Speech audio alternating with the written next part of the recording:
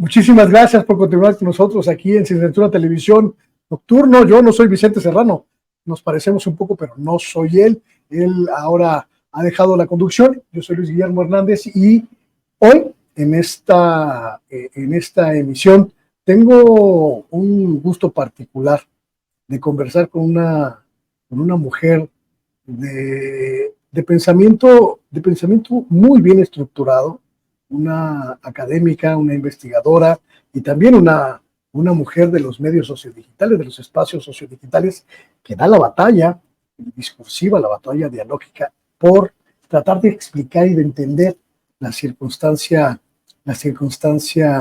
de la actualidad desde otra perspectiva, desde una perspectiva ajena al pensamiento dominante. Y para mí es un lujo tener esta conversación y espero que también para ustedes lo sea, con la doctora Leticia Calderón Chelios.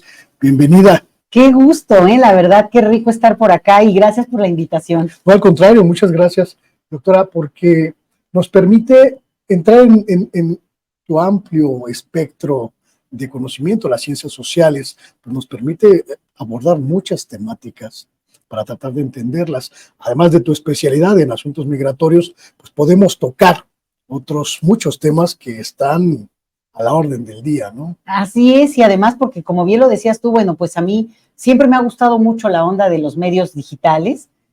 Fíjate, ¿no? Digo, no corresponde tanto a mi generación de haberle entrado desde el principio y sin embargo me gustó y le entré y vaya, ando ahí siempre echando ojo a lo que los demás escriben y contestando y dando mi punto de vista. Entonces, bueno, sí, también me gusta.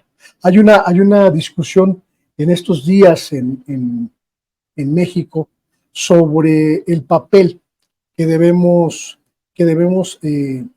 tratar de que el gobierno asuma en la defensa migratoria, en el establecimiento de nuevas relaciones con nuestro vecino del norte y la posibilidad de imponer una nueva lógica a esta relación binacional, doctora, a esta circunstancia de que México, lo decía hace unos días el presidente de la República en la mañanera, es la piñata que utilizan en Estados Unidos los candidatos cuando son los procesos electorales para golpear, para criminalizar, para satanizar a la migración latinoamericana en general y mexicana en particular. Mira, ha sido así históricamente, ¿no? Esto tiene un siglo en realidad y es una cuestión con la que México tiene que lidiar permanentemente y obviamente en momentos electorales sube la tensión, sube el calor y claro, ha habido momentos como con Trump en su primer campaña, muy agresivos, que él subió el tono y sí tuvo un impacto en términos de la opinión pública estadounidense en la vida cotidiana. La gente sí empezó a padecer mucho más y de manera más directa la xenofobia, el racismo, el clasismo, porque el discurso de Trump legitimó eso que estaba ahí. No es que no fuera también parte de su cultura política, pero siempre esto de políticamente correcto se había impuesto de alguna manera y sin embargo Trump lo legitimó, lo volvió a sacar y ha dado lugar a un escenario endemoniado. Lo malo es que, bueno, ahora viene una segunda tanda, ya después de un intento de reelección del mismo Trump, pero le salieron hijos, ¿no? Porque ahora tiene sus posibles competidores que no lo son tanto, salvo por otros escenarios que pasan en la misma historia estadounidense, pero con un discurso igualmente agresivo, e insisto, no es que no fuera antimigrante, e incluso antimexicano de manera histórica, sino que el contenido también como muy brutal, muy duro, muy criminalizante, pero de alto nivel, me parece que sí es algo con lo que México se ha enfrentado los últimos años de manera muy obvia, ¿no? ¿Qué tan eficaz crees que ha sido la política del gobierno de López Obrador para enfrentar este fenómeno? Mira, yo sí creo, y lo he sostenido desde el principio, que López Obrador entendió el estilo de Trump, porque él entró estando Trump, y fue muy interesante cómo este gigante, ¿no? Este hombrezote que vino y doblegó y humilló en su momento a Peña Nieto y que hizo realmente un discurso tan agresivo que comentaba yo. Bueno, pues con López Obrador, yo creo que hay dos cosas. Una, que López Obrador entendió el estilo a veces casi infantil de Trump, te diría yo, que de adularlo, de llevarlo por el camino donde él sabe que bueno, si somos amigos, si te lo entiendo bien, yo lo respeto, pero hay otro elemento que se sostiene hasta el día de hoy. Trump lo ha dicho, respeta a los exitosos. Entonces, más allá de que si es exitoso de derecha o de izquierda, es obvio que en su discurso, en su mentalidad, pues López Obrador es un tipo exitosísimo y no la legitimidad política que además conserva, pues le permitiría mantener ese discurso ahora. Es decir, él sabía desde el inicio, y bueno, ¿no? Te imaginas los informes que tendrán de inteligencia los estadounidenses para entender quién era en su momento Peña Nieto, ¿no? Que lo podía tratar como trapo y que no podía tratar de esa manera a un hombre con una historia y con ese apoyo popular con el que llegó a la presidencia. Entonces, yo creo que esos dos elementos jugaron de manera afortunada para México, porque aún con lo que tendríamos que hablar también muchísimo, de un escenario de mucha presión en la que México se doblegó en términos de nuestra política migratoria como país de tránsito, pero sin embargo era esto que también López Obrador repite, ¿no? Tener que elegir entre circunstancias pues no siempre afortunadas las dos. Y el punto es que estaba de por medio toda la posibilidad de construir un proyecto alternativo en que no se cayera el TEMEC, claro, en que no nos pusieran aranceles. Claro. Estábamos hablando del primer periodo de López Obrador. Claro. Entonces, digo, es obvio que visto... En medio de la curva de aprendizaje. De aprendizaje, de tomar el poder, las caravanas que empiezan a llegar y que también creo yo que es el momento en que se vio que en términos de política migratoria no había tanta expertise del lado del gobierno mexicano, y no solo expertise porque no hubiera por ahí quien manejara el tema, sino porque realmente pasaron cosas nuevas. Esto de las caravanas sí fue un tema novedoso, la manera en cómo se dio esos final del sexenio de Peña Nieto e inicios de este sexenio. Entonces, te diría yo que para mí, y además con los 2 o 3 discursos que fue y dijo López Obrador en Estados Unidos a los 2 presidentes, porque después también ya le tocó la transición de Biden y le va a tocar de alguna manera, aunque sea al final de su sexenio, la nueva configuración político-electoral de Estados Unidos, pues es muy interesante cómo él sí les dice lo que piensa en el estilo López Obrador, ¿no? Uh-huh. La historia y nosotros somos socios, somos compañeros de geografía y no olvidamos. Pero, no hay rencor, vamos, claro, pero no se olvida, porque la historia es, bueno, un asidero de donde se toma el presidente. Entonces, a mí me emocionó mucho ese primer discurso que fue a dar a Washington. Claro. Y creo que, digo, sombras y claros, ¿no? Un discurso republicano, soberano, muy de siglo XXI. Es decir, México ya no es el traspatio estadounidense. Y en su cara. Que esa es otra cosa, ¿no? No es como que, bueno, el mensaje a lo mexicano, ¿no? Bueno, pues acá no.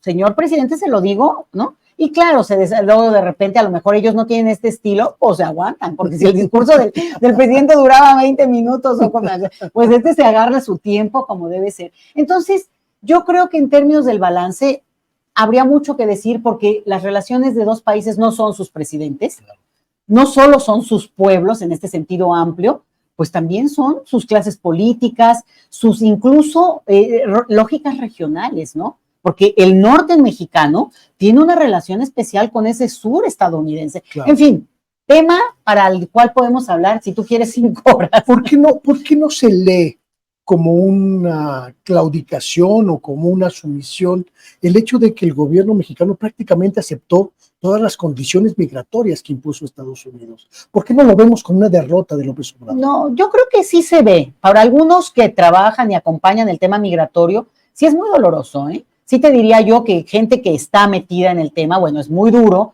porque el discurso que se esperaba desde la opción de López Obrador es el libro maravilloso de Hey Trump, ¿no? O sea, que un poco vislumbra lo que podría ser una nueva relación, pues es difícil aceptar que no es tan fácil. Claro. Y es muy difícil reconocer que el pragmatismo se impone al discurso emocionante, nacionalista, de que yo, bueno, no, vamos a la frontera. No es así, no es tan fácil, porque 130 millones de mexicanos y nuestros mexicanos radicados en Estados Unidos, y diría yo en el extranjero, ¿no? Otro 10% de población, pues no merecen, y en eso lo celebro, un presidente bravucón, sino un presidente pues, que se pone por encima de eso, a pesar de que hay pérdidas. Y a la respuesta a esto es más dura de lo que te imaginas.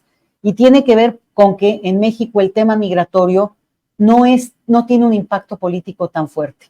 Si lo tuviera, a lo mejor hubiera tenido que manejarlo diferente el propio gobierno actual. Es decir, en términos del flujo, el tránsito migratorio, las personas que cruzan por nuestro país, yo no creo que haya una xenofobia abierta en México. Hay gente que lo será y bueno, eso hay que ponerlo en términos de la legalidad que están, digamos, no están cumpliendo, porque para eso este es un país que tiene leyes y derechos para las personas que transitan por nuestro país, pero no hay un acompañamiento, una celebración de esa migración, no hay una protección. Hay gente valiosísima, hermosa, que da su vida, su tiempo, su esfuerzo para acompañar y proteger a las personas más vulnerables en el tema migratorio, pero la verdad es que por puras encuestas de opinión, te lo digo, es un tema que está en el décimo del interés del mexicano de a pie, y sin ser anti-migrante, no es un tema que salga a la defensa, ¿no? En el tema del tránsito. Otra cosa son mexicanos en el extranjero, que ahí también hay un juego interesante, porque cuando en este país históricamente hemos hablado de migración, se piensa en los mexicanos en el extranjero. Y eso es lo que López Obrador ha hecho sobre todo. Cuando habla de migración, habla de los héroes y que no sé qué, y que si acompáñenos, y ahorita a ver si hablamos del tema del voto desde el extranjero, que es un pendiente que hay que meterles tuerca, ¿no?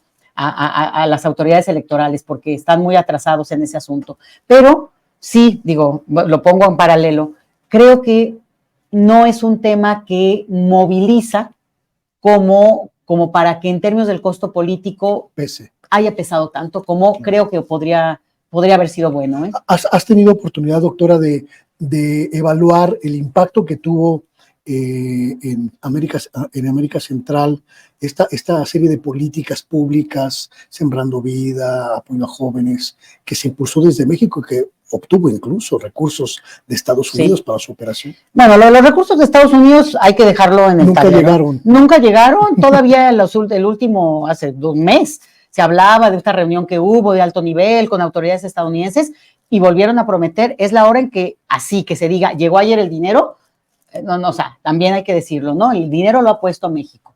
Y Centroamérica es un mundo. O sea, un respeto y un cariño por esos países maravillosos, pero son muchos, y son soberanías, y son culturas políticas, recién lo sabemos, ¿no? Está en una situación complicada, pero un triunfo contundente. Digamos, ahora sí que la elección mexicana, calidad de exportación, ¿no? Voto masivo y contundente, solo así. Y eso pasó en Guatemala y sin embargo tienen a la corte encima para ver cuál va a ser el resultado final. El Salvador, un presidente muy querido, pero que le tenemos un miedo en términos de su posición frente a los derechos humanos, tremenda, a Bukele me refiero. Honduras, ganó la izquierda. O sea, cambió una estructura de poder que obvio, no es que cambie la estructura de los poderes fácticos, pero un pequeño cambio te puede mover, ¿no? Una tuerca que cambie en toda una maquinaria. Se movió la configuración completa de la región.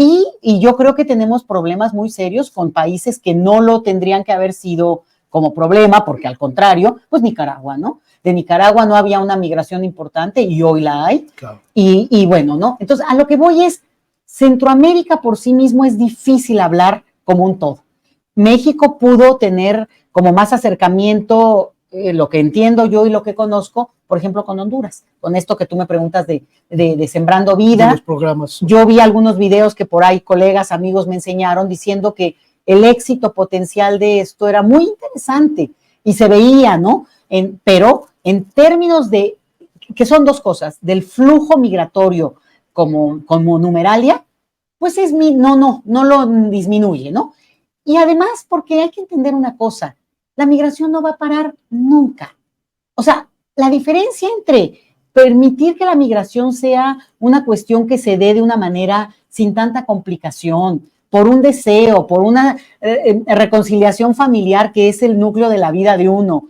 Eso es, digamos, lo que tendríamos que apostar. Claro. No pensar, y yo invitaría a todos los que nos oigan, a que se quiten eso. No, la migración no va a parar, porque cualquiera que nos esté oyendo, a lo mejor pues mañana se enamora de no sé quién y se quiere ir a vivir a no sé, que eso sea la migración. Claro. No lo es. Hoy lo que tenemos es una migración forzada, durísima, de mucha vulnerabilidad, pero digamos que podría, por cierto, ojo lo que voy a decir, sin siquiera pedirle ningún permiso a Estados Unidos ni meternos en sus líos electorales, México podría hacer mucho por la migración y cambiaría la lógica de esta desventura y de este dolor que las personas que transitan por nuestro país padecen, las que regresan a su propio país, Claro. retornados mexicanos, e incluso quienes radican en el extranjero y enfrentan un chorro de problemas con su país de origen. Claro. ¿Cuál crees que sea la perspectiva de cara a 2024 y la siguiente administración en el tema? Mira, es obvio que tenemos un escenario de candidato o precandidatos, ahora ya vamos a saber, ¿no? Es gente que conoce del tema, ¿eh? Por cierto, yo creo que ahí estamos con un escenario diferente al de López Obrador. Yo siempre decía, qué rápido aprende este hombre, porque yo afirmé que López Obrador no conocía del tema de migración. Y claro, ya había ido, hizo un poquito de campaña, pero realmente nunca había sido su tema. Claro.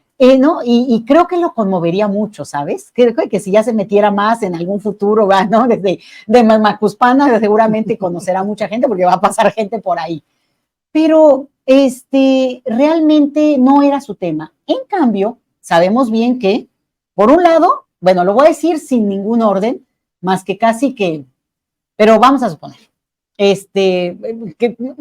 primero las mujeres, pero sin ninguna intención, porque apenas vamos a entrar en la encuesta. Claudia Sheinbaum tiene una historia familiar de migración. Y eso a mí me parece súper importante para un país de alta migración, claro. Que hablemos de estos temas que nos permitan confrontar duro el racismo, el clasismo, la xenofobia.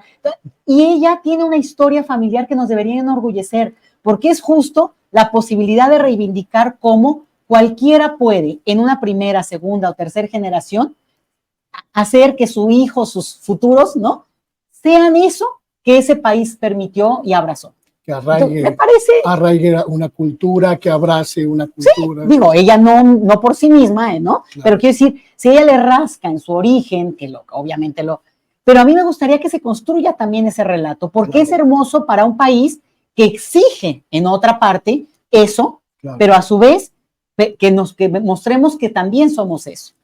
El caso de Ebrard, pues Ebrard conoce el tema. Yo siento que, bueno, fue como muy divagante en el sentido de que desde Relaciones Exteriores no tuvimos la información que necesitábamos del tema.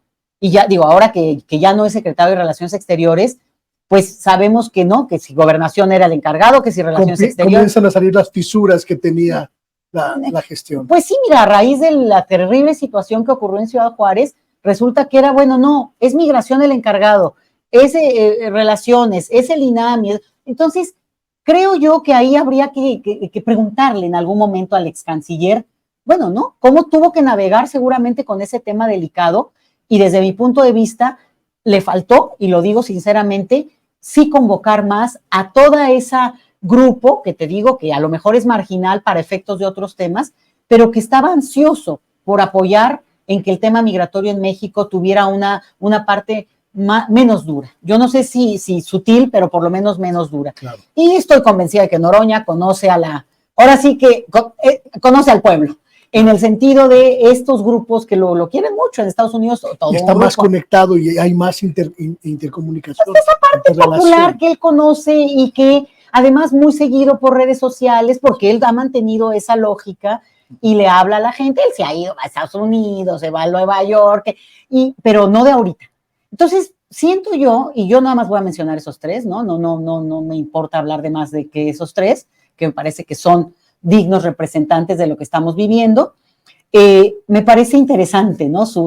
Lo que pudieran realmente sentarse y ojalá escuchen en su momento, porque hay quien pues tiene alguna información que puede servir. Sí creo que se puede hacer infinitamente más para hacer de este tema algo, insisto, si no suave, menos duro. Híjole, no te puedes imaginar. Y eso lo podemos hacer. Y yo se los he dicho a muchos colegas que trabajan este tema, grupos de migrantes, los chats, ¿no? Ya sabes, ¿no? Mira, hay la fantasía de que ya hay que acercarle el programa a los candidatos, incluso a los de derecha, para ver cómo se van a posicionar frente al tema migratorio. No. turbomotor. Tenemos un año con el presidente más legitimado de la historia de este país, los últimos 100 años. Puede haber grandes cambios y estoy convencida que se podrían lograr. ¿Cómo cuáles? Artículo 33, lo dijo en la mañana el López Obrador, que se mantiene la idea de que este artículo no se puede quitar, porque habría que hacer otra constitución, pero sí derogarlo en el sentido de inutilizarlo. Es un artículo, déjame explicarlo brevemente. Se trata de un artículo de hace un siglo, incluso decimonónico. Es un artículo que por la historia mexicana en su momento prohibió y acotó el hecho de que los extranjeros en nuestro país pudieran ejercer cualquier tipo de conducta, participación o expresión política. Claro. Usted no puede andar en la calle ni diciendo ni sentarte aquí a opinar. Claro. Obviamente, un siglo después, eso es una simulación, es una mentira, es una trampa y es xenofobia legalizada. Claro. Pero lo peor de todo es que es también algo muy clasista, porque quien tiene la seguridad emocional y educativa o empresarial, se sienta y te dice lo que sea, porque sabe que tiene el derecho humano a expresar su opinión. Claro. Y sin embargo, la inmensa mayoría de la gente que no tiene esa posibilidad o tiene el temor o no quiere provocar a la autoridad migratoria mexicana, que utiliza de manera muy discrecional este artículo, históricamente, no digo ni ahorita, históricamente, pues te aplico el 33. Claro. Pero además genera una distinción social, ¿no? Un trato diferenciado, porque cualquiera se atreve a decirle a alguien que incluso lleve 50 años viviendo en el país. Te aviento el 33. Pero, o sea, es como amenaza. Cualquier mexicano que nos esté oyendo ahorita sabe de qué estoy hablando. Pero el detalle aquí es que al final preservamos un tipo de xenofobia legalizada. Claro. Ese nada más te mencioné uno. Pero en este país, por ejemplo, los naturalizados o los dobles nacionales, todos los mexicanos que estén en Estados Unidos y nos estén oyendo y se hayan naturalizado en otro país o sus hijos son ciudadanos de segunda en México. Eso tiene que cambiar. Y esa es una discusión que sí es más choncha, porque sí tienen que modificarla en términos de que un ciudadano por nacimiento, por naturalización o, como nuestra ley lo permite, por doble nacionalidad, simplemente sea ciudadano. Y quitas esta distinción de trato que preserva las distinciones. Estoy hablando a un nivel, si tú quieres, más alto y más local. Pero te lo digo, con más cosas. En México se podrían aprobar muchos elementos que modificarían la experiencia, por ejemplo, el tipo de burocracia que se le exige no solo a los extranjeros, también a los retornados, claro. Y es, bueno, y a ti y a mí, claro. Un acta de nacimiento con vigencia máximo de 3 meses. A ver, espérame. No, yo siempre les hago la broma. Pues, ¿qué le va a cambiar uno la fecha de la edad? ¿O cómo tal? Es uno de los más grandes absurdos. Mira, es absurdo, pero es un negocio. Claro. Porque en la época de Felipe Calderón, bueno, a ver, quienes nos escuchen y que tengan más edad, se van a acordar. Tú guardabas tu acta de nacimiento, ¿no? Y ya, obvio, se te raya, se te rompe, te cae el café, pues ya valió gorro. Pero si no, el acta era un pergamino que iba contigo toda la vida. Imagínate que cuando nació mi hijo, pues yo saqué 20 actas, ¿no? Pues como para que me duren aquí a que entre a la universidad. No, bueno, ya entró. Pero a lo que voy es de estas cosas que tenían un valor. Pero en la época de Felipe Calderón, justamente, no me acuerdo si fue con Felipe o Vicente Fox, que es más empresario que Calderón Hinojosa. Ellos decidieron pues, privatizar todo, ¿verdad? E incluyeron privatizar todo este mecanismo que obliga a que documentos de este tipo pierdan vigencia. Claro. Un documento oficial, señores, no tiene por qué perder vigencia en tanto el Estado siga siendo, Estado. Vamos, mientras el país y la nación. Tú si tienes un acta de nacimiento de tu abuela o algo que es un tesoro y tendría que servir para efectos legales. Hoy por hoy, el documento que me digas, incluida la credencial para votar con fotografía, tienen vigencia. Cuando los derechos políticos no tendrían por qué poderse cortar por un mentado documento de plástico, ¿no? Entonces, son ejemplos que te estoy hablando a un nivel ¿y la migración dónde está? Eso es migración. Porque luego nos vamos con la finta de que migración es el flujo, ¿no? La gente que de por sí, ¿no? En este país detienen a las personas de manera, digamos, fuera de toda ley, más tiempo del debido, justo eso es parte de lo que, pues la tragedia tremenda de Ciudad Juárez, como lo mencioné, de marzo, del 27 de marzo, pues puso el foco y ha permitido que se den cambios, pero por eso, si no, ni siquiera se había considerado que eso es ilegal de acuerdo a nuestras leyes. Claro. Entonces, bueno, te puedo decir más cosas. Mencionabas muy al principio de la conversación un tema prácticamente cíclico del voto de los mexicanos en el extranjero, que generalmente aparece cuando estamos en los alrededores de las fechas electorales y siempre bajo la misma dinámica: cómo facilitarlo, cómo permitirlo, cómo adecuarlo, cómo estructurarlo de manera efectiva y eficaz. Sigue siendo la discusión. Es que el modelo del voto desde el extranjero se pensó justamente como algo que se impida de entrada. Es un filtro. O sea, se tuvo que aprobar porque era imposible no avanzarlo. Pero tuvo tal cantidad de filtros que se han ido avanzando de a poquito. Si ni te cuento la que fue, y que lo sepa quienes nos estén oyendo, lograr que se pueda sacar la credencial, solicitarla desde el extranjero, claro. Fue arrancarle al poder, y eso porque la movilización de los paisanos me cae que muy bien, ¿no? Pero eso, digo, y siempre dicen, no, es que no son las masas, no. Los derechos políticos no necesariamente lo pelean masas, ¿no? Claro. Pero esos que han llevado y que insisten, creo que es parte de lo que hemos ido viendo, pero de a poquito, de a poquito. Ahora, ojo, el trámite para sacar hoy la credencial para votar tiene aproximadamente 1,5 millones de personas que han sacado ya la credencial, de 10 millones potenciales, por lo menos de primera generación, ¿eh? Sin embargo, la gente no sabe y cree. Y es más, el otro día hablaba con Ceci, la productora acá con Vicente Serrano, y me dijo, no, yo ya tengo mi credencial. Espérame, es que no solo basta con tenerla, hay que darla de alta como la tarjeta de crédito y luego iniciar el proceso de registro y alta en el padrón electoral, y la gente no lo sabe. Claro. Entonces, ojalá que se pudiera en algún momento hacer un programa como esto. Ahora, hay una comisión encargada de esto en el INE. Tenemos un pequeño problema porque esa comisión la lleva Claudia Zavala, que es una visión muy conservadora, y sí te lo diría yo con todo el respeto que le tengo a todos los consejeros, ojalá que tomen nota, porque esto no se ha movido, yo te diría, los últimos 5 años, y por tanto sí sería importante, digamos, apoyar o sumar gente que dé opiniones respecto a lo que esa comisión tendría que estar haciendo ya, porque quien no se haya registrado para sacar su credencial hasta antes de febrero del año que entra, no va a poder votar, ¿eh?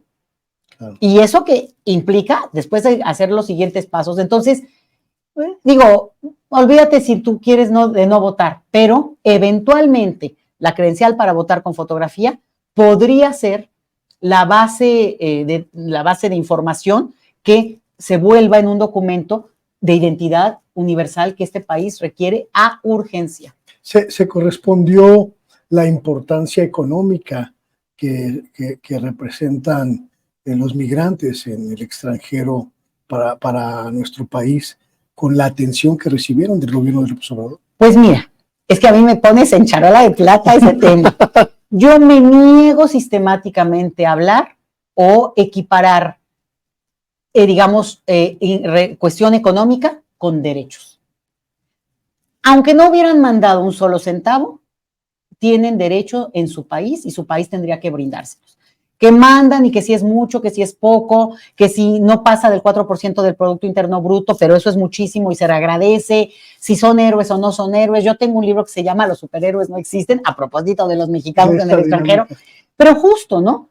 O sea, no me gusta eso de manejarlo con, mandan dinero. Un toma y daca, ¿no? ¿Sabes qué? Porque los derechos no deben de tener ese precio. Y justamente hay un punto en el cual, con ese argumento, les cobran la matrícula consular, ¿no? O sea, digo, hay 10 millones de personas que tienen matrícula consular en Estados Unidos, pero en México no les reconocen la matrícula.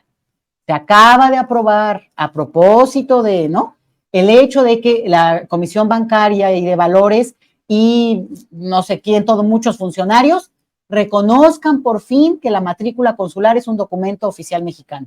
que les cuesta y que la tienen hace 20 años. Entonces, o sea, ¿me entiendes? Hay cosas que no corresponden. El hecho de que la credencial para votar con fotografía obtenida en Estados Unidos se las ponen en duda. ¿No? Viene alguien que pues, vino a México por lo que sea, retornó, va a un banco y pone su credencial y no, esta no sirve. Entonces, ese tipo de cuestiones, te digo, y vaya que la credencial para votar no, pero por eso ponía el ejemplo de la matrícula o el pasaporte, que es bien caro y tiene vigencia. ¿Cómo que tiene vigencia? Yo no dejo de ser ciudadana y no entiendo el tipo de control que el Estado quiere imprimir, sobre todo cuando, bueno, el pasaporte para menores lo entiendo, pero para mayores de edad creo que ahí hay una discusión fuerte que hay que dar, querido. Cambiando un poco o mucho de tema. Venga. Quiero aprovechar esta conversación, doctora, para un tema que a mí en lo particular me parece sumamente importante. La comunicación en la cuarta transformación. Hace unos días dialogábamos en esta jungla llamada ex-Twitter sobre qué hacer en términos de comunicación. Que las voces de la cuarta transformación se sumen a los muy poquitos, restringidos, acotados y establecidos espacios que abre el monstruo de los conglomerados mediáticos, o construir desde la alteridad una nueva forma de comunicar lo que está ocurriendo en este país. Mira, yo creo que ese es un dilema muy fuerte, porque una cosa es ocupar y entrar a espacios que se restringen porque tienen una voz, ¿no?, omnipotente frente a un discurso que además repite y repite y se da eco a sí mismo, y tratar de ser ahí una pequeña luz o dar una versión distinta a lo que se pueda estar comentando, y otra es que esos mismos, digamos, medios te puedan engullir. O sea, está el miedo, pero frente al espacio, yo creo que siempre cuando hay la posibilidad de tomar la palabra, hay que tomarla. Yo no sé si tú te acuerdas, y bueno, ya ahí me voy a ver ya bien ochentera tú, pero de esta película que se llamaba ¿Cómo ves? ¿No? Mexicano, de Isaac, si no recuerdo. Que hay esta escena en que después de que están, no les voy a decir para que la vayan a ver, ¿no?, para que la busquen en YouTube, pero que están, ¿no?, están deseando, ¿no?, de un grupo de jóvenes que quieren decir algo y hacen algo que les digo, no quiero adelantarles porque es buenísimo. Y al final les dan la palabra y no pueden hablar. Y no pueden hablar. Y entonces es como que te quedas en frío diciendo, qué difícil, porque uno quiere decir, uno quiere hablar y al final, por fin lo logras y entonces ahora no. Y yo creo que esa es la tensión que tenemos cuando del otro lado la 4T ha descansado excesivamente, desde mi punto de vista, en estos medios alternativos que son realmente, o sea, David contra Goliat. O sea, porque por más que sí escarben y sí meten y sí han planteado nuevas caras, nuevas voces, nuevos tonos, nuevos temas, gente de tantas diferentes edades, ¿no?, que eso a mí me parece maravilloso y yo de repente me sorprendo tanto, gente tan elocuente, digo, ay, nanita, este país es talentosísimo. Eso está bien, pero no tiene la capacidad de penetración que tú le prendes a la tele, es casi automático. Incluso radio que no tiene tal nivel de penetración, es casi, ¿no?, el que levantarte y el café y la radio. Entonces, es una pelea que no tiene, digamos, posibilidad de estar en circunstancias iguales. Entonces, ¿cómo entras por varios lados y cómo el Estado, y ahí sí, como una cuestión de derechos a la ciudadanía, de derechos políticos, de derechos humanos, tendría que generar los espacios de una comunicación de masas, también desde un espectro no solo corporativo? Y eso es lo que yo veo, solo la televisión corporativa tiene este nivel de alcance, y lo poquito que se puede dar en lo poquito, haciendo trabajo con mucho esfuerzo y mucha calidad, por cierto, de repente yo he visto cosas maravillosas en estos nuevos canales alternativos, pero siguen siendo marginales, ¿no?, o muy de la Ciudad de México, o sin esta capacidad de réplica que sí muestra una competencia desleal. Por eso, desleal y totalmente desigual. De repente entrar a esos espacios me parece importante, me parece que se logra, ¿no? Con ese objetivo, pero el miedo de ser engullidos también es fuerte. A ver, doctora, yo lo quiero plantear en estos términos. El ogro no siembra flores. No. Y el ogro establece el tiempo, la temática, el espacio y las condiciones en las que acepta invitar a una voz discordante. ¿Tiene sentido que esa voz discordante entre a un engranaje del que solo es un pequeño instrumento de legitimación? Mira, ya sé de qué estás hablando. Digo, yo sé de qué estás hablando porque se ha abierto una posibilidad de que colegas, ¿no? Gente muy respetable, ¿no? Incluso ni hablar de personalidades, no, simplemente pero, hablando de la naturaleza del logro comunicativo.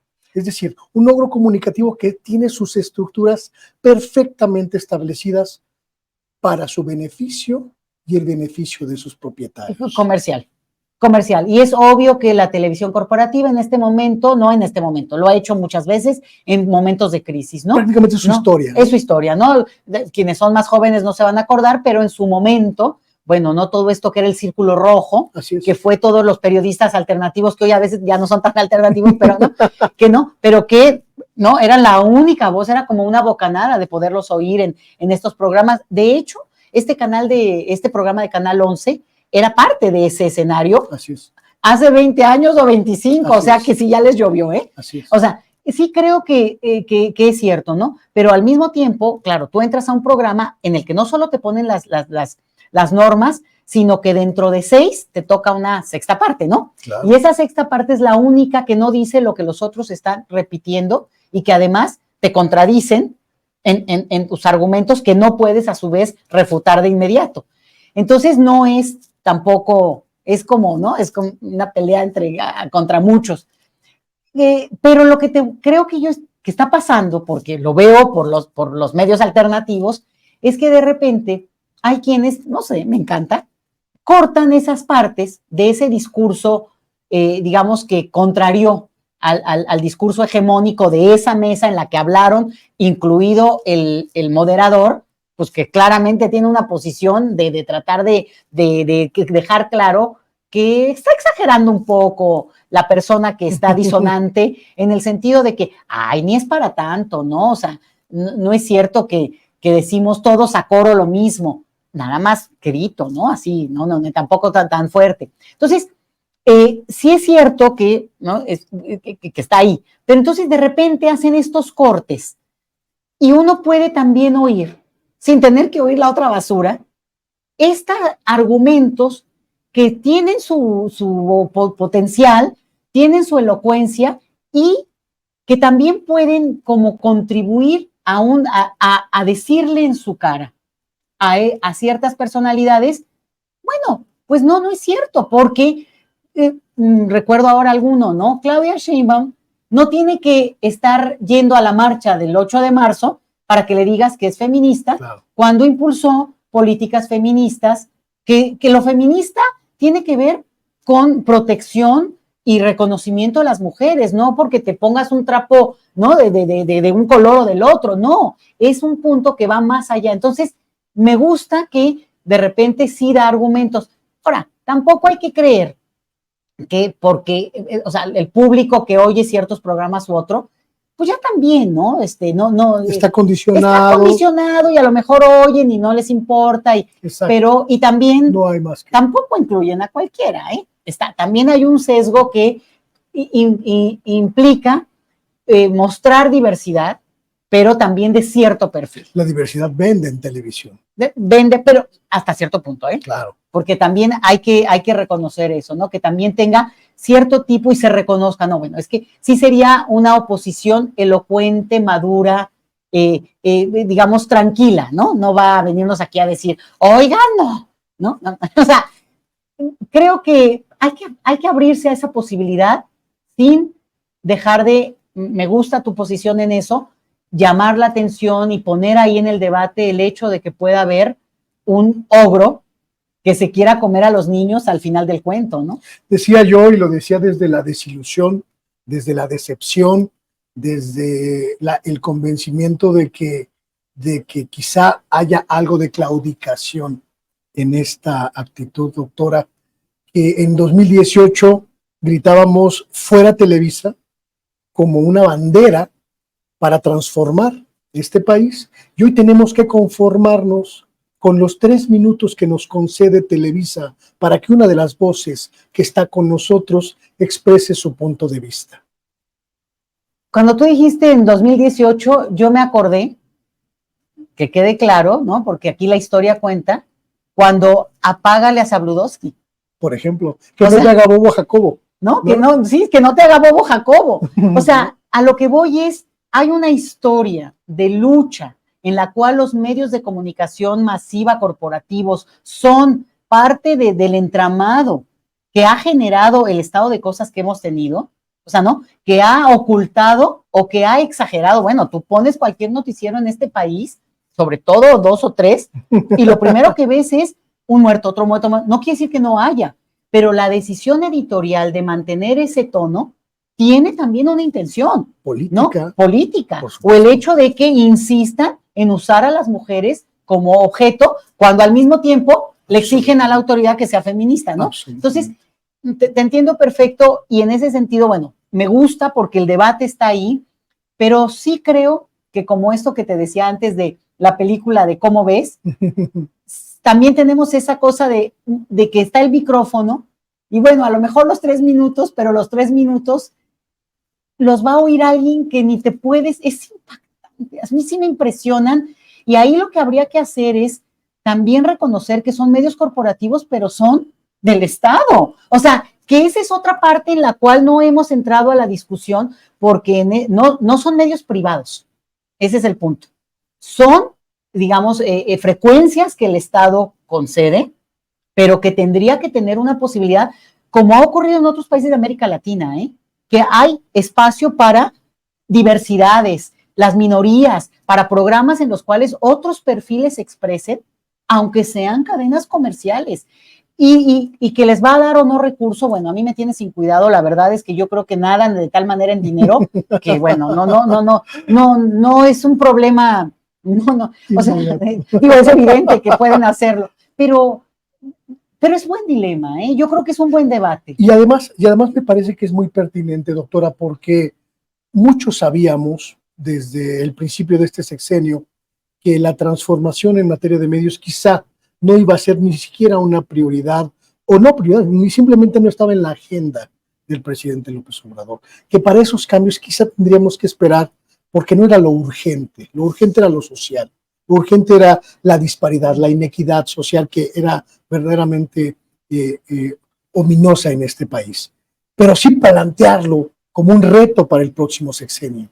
Yo sí creo que tendría que haber sido una prioridad, O sea, digo, tienes razón que no lo fue, y en ese sentido se mantuvo un estado de cosas, pero si algo tienen claro los grandes expertos en nuestro país en términos de no solo el poder político, la historia de la política en nuestro país y en América Latina, incluso en el mundo, es que los medios de comunicación son un quinto poder, ¿no? Claro. Y que han jugado de manera desleal y abusiva respecto, bueno, las campañas que se han generado, y por eso ahora que se llamen a la molestia o que no les guste que sean mencionados, dices, bueno, las campañas que hemos vivido, sobre todo quienes hemos acompañado este proceso ya por varios años, décadas, ¿no? Incluso, es que, bueno, desde los medios se construyeron, digamos, se trató de aplastar la personalidad, pues claramente del presidente hoy López Obrador, ¿no? Claro. Entonces, a mí sí me desilusiona un poco, Yo sí hubiera esperado una política de medios muy convincente, muy a tono. Digo, felicidades, el presidente, la mañanera, yo no sé cómo le hace, porque yo apenas estoy con el cafecito y digo, ya empezó, ¿no? O sea, uno está así como, pero es una vitalidad. Es un ejercicio de comunicación política impecable. Pero para mí, y mira que no tengo ningún problema, a mí me encanta, ¿no? Hay gente que no le gusta, a mí me encanta, y si no veo luego los resúmenes, pero, y me salto partes cuando no, pero no es posible. O sea, no es posible que tú no acompañes de una manera aún más potente el hecho de poder ir diciendo y dando voces. Creo que tenemos este año para revertirlo. Por eso yo te decía, no, nada de que, vamos, ¿qué va a ser el sexenio siguiente? No, espérate. Un año en tiempos López Obradoristas es como si fueran 10, no, o 10. O sea, no hay necesidad de seguir en esta lógica sexenal. Se puede hacer mañana. Y te voy a decir que creo que valdría la pena si los medios corporativos, comerciales, por interés o por diversificar o por buscar tantita legitimidad, como ya lo hicieron en otras épocas, claro, están abriéndose tantito, aunque sea, como tú dices, en una pelea desleal, pero abriéndose. Bueno, ¿por qué no? Turbomotor para el tema de la política de comunicación, que apoye y que vaya haciendo esa transición a probablemente personalidades que no tienen esta capacidad de comunicación y casi que de entretenimiento, ¿no? Y de memoria, tú, porque qué memoria la del presidente, por más que, no, alguien, no, es que lee sus, bueno, yo voy, a mí voy con mis alumnos y anoto todo porque si no se me olvida, entonces digo, por favor, más respeto por ese lado, pero el otro, sí creo que podría haber una posibilidad para, yo les digo, el turbomotor, porque se podría hacer y ayudar al país, vamos, ¿no? Al país a tener algo un poquito menos desbalanceado. Si tú no tienes esas opciones, pues tienen que acabar yendo a lo corporativo. ¿Cuál sería el escenario ideal que tú verías en este ámbito? Pues mira, yo creo que una de las cuestiones es, y que creo, pero no, tampoco estoy completamente informada, es que medios como, digo, lo voy a decir tal cual, Canal 11, que parece que es el que tiene más capacidad técnica, tecnológica de difusión, pues que tenga más espacios en donde voces que se han generado y que han mostrado su profesionalismo y que han aguantado, yo no sé cómo le hacen, pero y con esquemas que a lo mejor no son los mismos que van a tener los youtubers, obviamente, claro, pero hay gente muy profesional en este medio, claro, pero incluso la gente de la calle está deseosa de que le pregunten, de opinar y de que, y creo que esos espacios los estarían gustosas de oírlos así, pues personas que de repente no compartimos la misma geografía, todo es muy chilango, ¿no? Nosotros tenemos una cultura de medios de comunicación muy chilanga, los que hablan desde foros televisivos acá en la Ciudad de México, bueno, van de San Ángel a Polanco, y ni siquiera en metro, ¿no? A Valderas. Y yo estoy convencida de que serviría mucho deschilanguizar un poco también lo que la gente en este país piensa. Claro. Habría una perspectiva de apertura en los medios y tendría que haber también una perspectiva de democratización de los medios para que esto fuera más efectivo, ¿no? No sé por qué no hay concursos, digo, la gente es tan ingeniosa y los jóvenes, ¿no? Como para, mira, yo al principio lo platicábamos, yo trabajo temas de migración hace mucho tiempo, acompaño este proceso y estoy convencida de que la idea que hay de lo migratorio es, pues, la gente que va en tránsito, ¿no? O como decía yo, cuando hay que entender este tema desde muchas más ópticas, claro, bueno, ¿dónde puedo decir yo eso? Pues ahorita porque me estás preguntando, no, ni siquiera me preguntaste, oye, ya lo vine y lo solté. No hay espacios, no hay dónde hablar de eso. Entonces, repetimos y repetimos en este campo, ¿no? Pero lo mismo me imagino yo para hablar, que de repente yo me he enterado de cosas que en mi vida hubiera oído, claro, el agua, las cuestiones de minería, las cuestiones de los agroindustrias, ahora el debate con el maíz transgénico. ¿Dónde oigo de eso yo? ¿Dónde, aparte de que lo mencione en la mañanera el presidente y que diga, vámonos a los paneles y que lo discutan? Claro. Yo quiero oír de ese tema, quiero aprender un poquito. ¿Dónde? En la televisión corporativa no lo voy a hacer. Si no es en canales de YouTube y que por ahí me los pesco porque es ese programa, pues yo no lo voy a oír, ¿no? Y podrá haber otros más temas, pero eso es donde creo que a lo mejor no a todo el mundo le va a interesar, pero ¿por qué no hay esa oferta potencial a nivel masivo? Claro. No entiendo. Claro, ese es el gran pendiente de esta transformación. Cerremos esta conversación, doctora, con una evaluación general, aprovechando que eres académica y que sabes calificar. Tu evaluación sobre este sexenio. Bueno, primero es que hasta que no se acabe el examen, no hay calificación. Y para mí, este año cuenta como los 5 que hemos pasado, ¿no? Yo no me doy por terminada. A mí nada de que el presidente se va cuando se tenga que ir.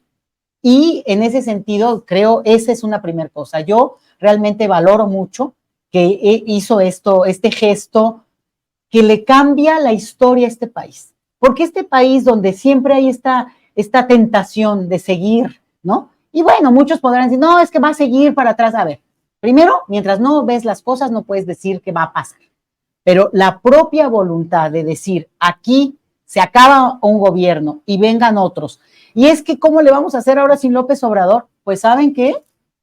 Crezcan, muchachos, porque les toca ahora. Entonces, yo creo que es un cambio en términos de la responsabilidad, de que hay capacidades, de que hay, ¿no?, una cultura política democrática que se ha ido implantando. Sí creo, como lo dice el presidente, que cambiamos mucho en estos años, en términos de que hay un triunfo cultural.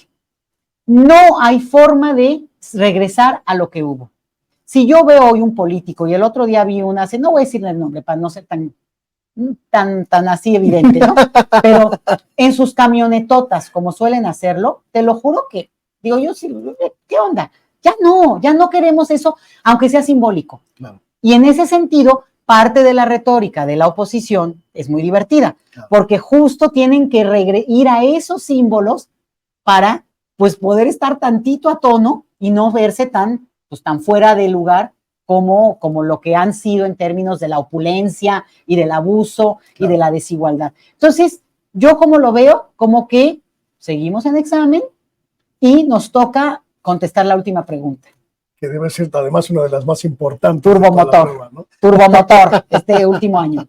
Ha sido un placer platicar, doctora. De verdad te agradezco este tiempo para la audiencia de Sin Censura. ¿Dónde te encuentra la gente? ¿Dónde te sigue la gente? Bueno, mira, yo estoy en el Twitter, @LetiChelius, que es mi apellido.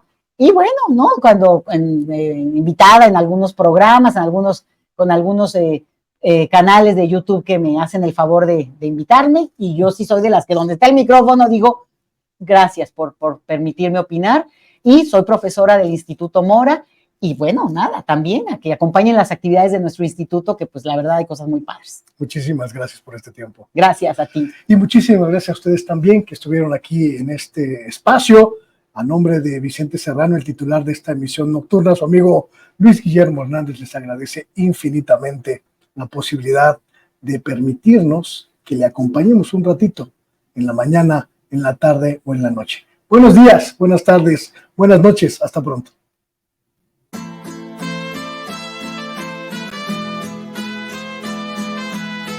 Otra prensa que es luz y claridad en la noche oscura. Hay quien tiene remedio y hay medios sin cura. Hay una prensa que nutre la perfecta dictadura y le declaró una guerra abierta a la cultura. Hay otra prensa dispuesta a enfrentarse a esta locura, sincero, sin pero, sin miedo y sin censura.